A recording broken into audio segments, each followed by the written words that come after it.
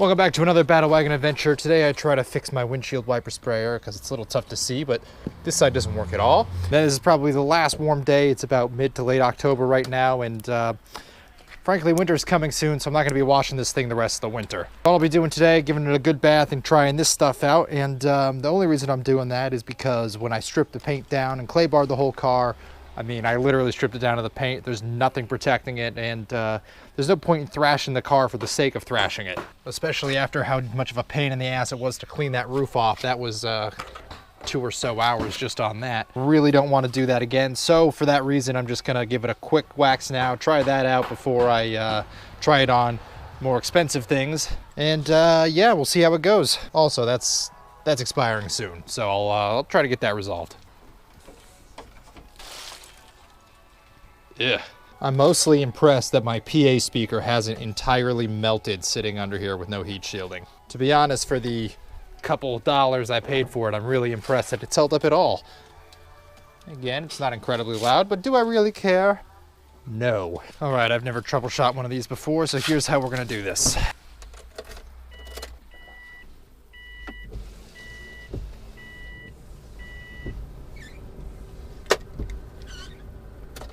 That side's definitely spraying, but only that side. But now that we know it's good and primed, come over this area, pull this bitch out. Yeah, oh yeah, oh, that's a good one, oh. Don't know how I'm gonna do this with one hand. That was a nozzle. I want it to come off. There's gotta be a fucking easier way to do this. So far, this experiment's not faring well for me. Okay, I'll just put this, yeah, upside down is great. This is gonna get sprayed, I already know it. Let's see if it was just the pinching of it that was prohibiting the spraying action. Nope, that didn't fix shit. What I'm gonna do for a minute is take all this camera mic stuff off and actually crawl in there a little bit and pick at it a bit more and see if I can figure it out. Okay, so what I did is I ripped out this little elbow here that went directly onto the back of the nozzle from the hose, and I just blew this out, and it was bubbling a bit, but it looked like there was something in there. And now there doesn't look like there's anything in there. So now I'm gonna just flop that flapjack up there, give it another go, and see if that at least got water, or whatever the hell you want to call it. See if it got spraying bullshit to that point. Oh yeah, oh, that thing's flowing. Excellent news. Yeah, the only logical step is to throw this thing back in there and hope it was this elbow that was clogged. Gonna remove my mic, go around to the other side of the car and see if it sprays. And I'm actually gonna need the camera to check because if it falls in, I'm not gonna be able to see it.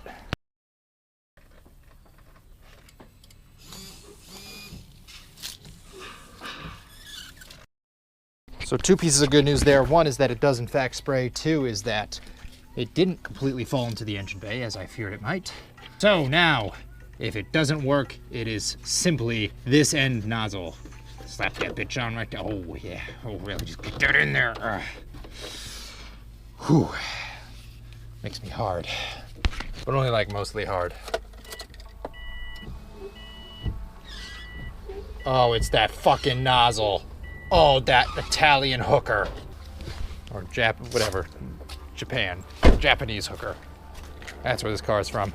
Now what I'm gonna have to do is try to hook something else up to that and just put a shitload of pressure that goes through the nozzle and or solvent or something. Probably gonna have to put my mouth on that thing again. Fuck. Here's my game plan. Pull this bitch back out. Oh yeah. Ooh. Narsed. Yep, that's dripping. Then I'm going to put the camera on the other side while I do this, but I'm going to push through here with it attached because after playing around with it, there's not really a good way to pull that nozzle out without breaking it. And I'm not in the mood to find a new one.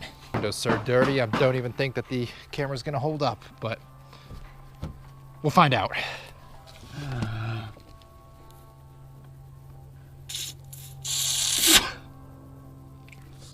Ugh, no clue if this is working.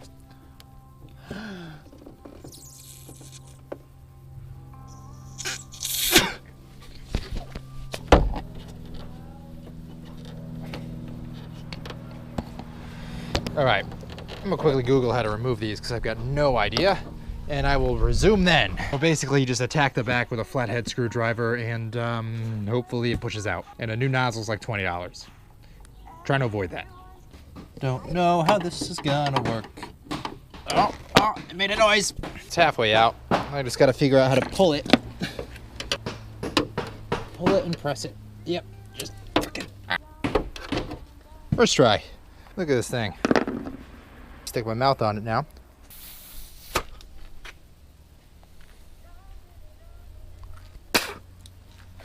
Yeah. All right. If I jack this thing directly in, and I'll blow this one out again. Why not?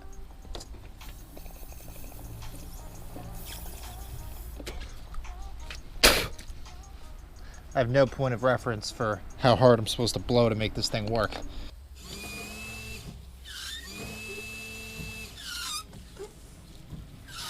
Okay, so I used a compressed air nozzle and I sprayed back and forth on both ends until it felt like air was going through this. And I outran some bees, and that's about it. So I'm gonna hook this up, make sure everything's working off the short line, and if it's good to go, I'll put it back in. Frankly, I'm tired of having dirty windows all the time on one side.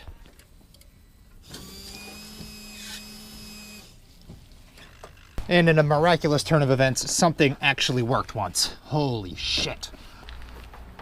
Flip that back in. Oh, so much easier. So, that should be it. 2 screwdrivers in 15 minutes of time. I'm just gonna close it. Hope it works. And if not, probably just give up because I gotta get this thing clean before anything else. Oh yeah.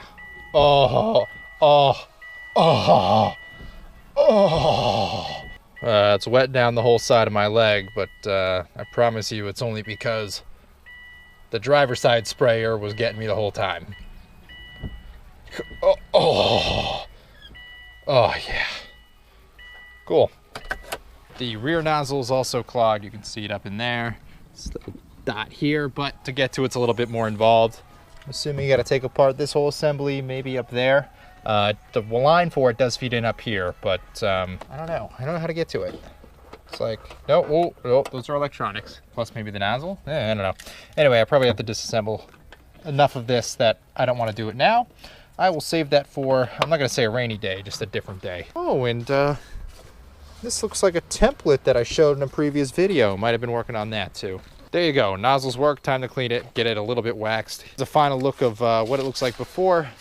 You can tell, especially up here. Oh, it's pretty nasty. Whole car is not looking great, but I couldn't wax it before I did all the plastidip stuff, so here I am. Oh well, shit happens.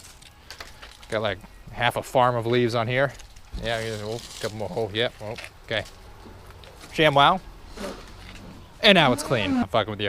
But I will show the after results of after it's washed and then again after it's waxed. Just finished the first power washing with the plastidip on the car, and I'd like to say it's actually pretty durable stuff. So like here on the edges, this was already a little corroded from some test fitting I was doing for a different project, but like the grill, the sides, everything else actually held up really well. I had the pressure washer pretty close, and there's a couple areas like here and over here on the side. Ooh, right there even.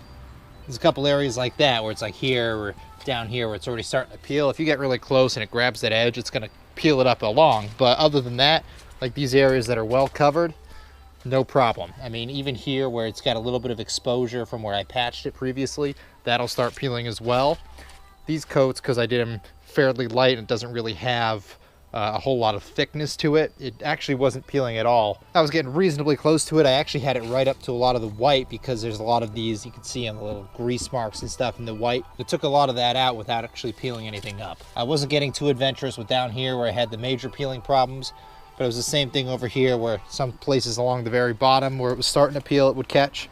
Everything else though, if it had a reasonably thick coat and had no damage or lips to catch onto, held up very well, so I'm very impressed by that. The car is washed again, as you can see. It is once again paint colored and not pollen and or leaf and or I don't know what you call those little helicopter-y things. Tree semen, I guess. Tree semen colored. And you can tell the plastidip's still a little bit wet, but as far as how it holds up on the wash, it's the same thing where you just kind of gotta go delicate around the areas that are already peeling, more dab it than anything. It'll hold up to a medium pressure hand wash, but especially for drying, you just gotta be a little more careful with it, especially around some of the edges that are already peeling. Otherwise, paint's pretty good. It's just about ready to go. What I'm gonna do now is use the Meguiar's? Am I saying that right? It sounds weird. What I'm going to use now is the Meguiar's Ultimate Quick Wax. Quick misspelled, of course, because, you know, when you're a multi-million-dollar company, you can't afford to print that one extra letter. Hopefully, this is a big hopefully, this turd sandwich actually shines up pretty well, and then I can not worry about it as much when the salt's blasting all over it in the winter, and the paint will still look reasonably like paint in the spring.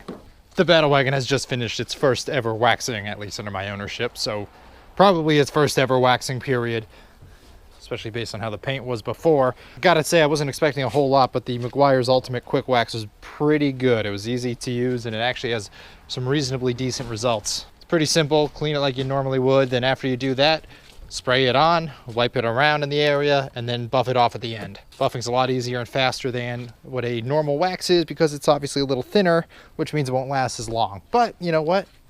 Good enough for this. It also worked well on the plastidip. It kind of gives it that shinier black finish again, and it's got a slippery texture to it, so it went on fairly easy. Don't go cranking down hard, especially in the areas that are prone to peeling, but as long as you're reasonably light with it, it'll hold up pretty well. Look at that.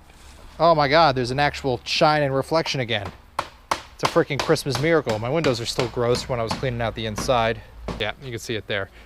But honestly, I'm pretty impressed with it. It came out reasonably well considering the level of effort. As for how much comes in one of the spray bottles, it was enough to do this, probably the Mustang as well, and there should also be enough left over for the bike after that, which is pretty good for the $12 it cost me.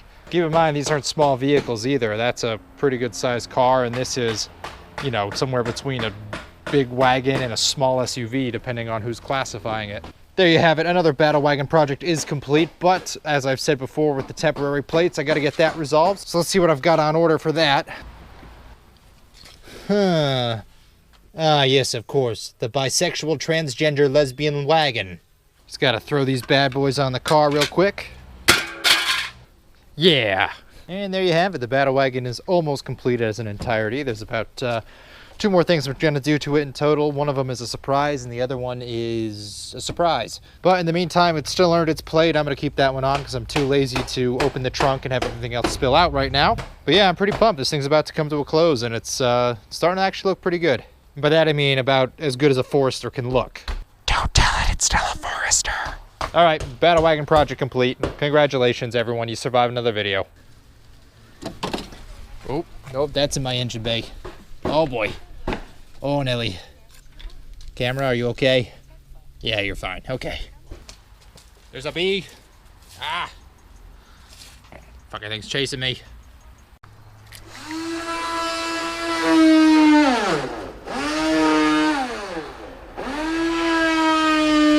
I was gonna say something, but now I won't. As for how much comes in one of the spray cans, it was spray cans.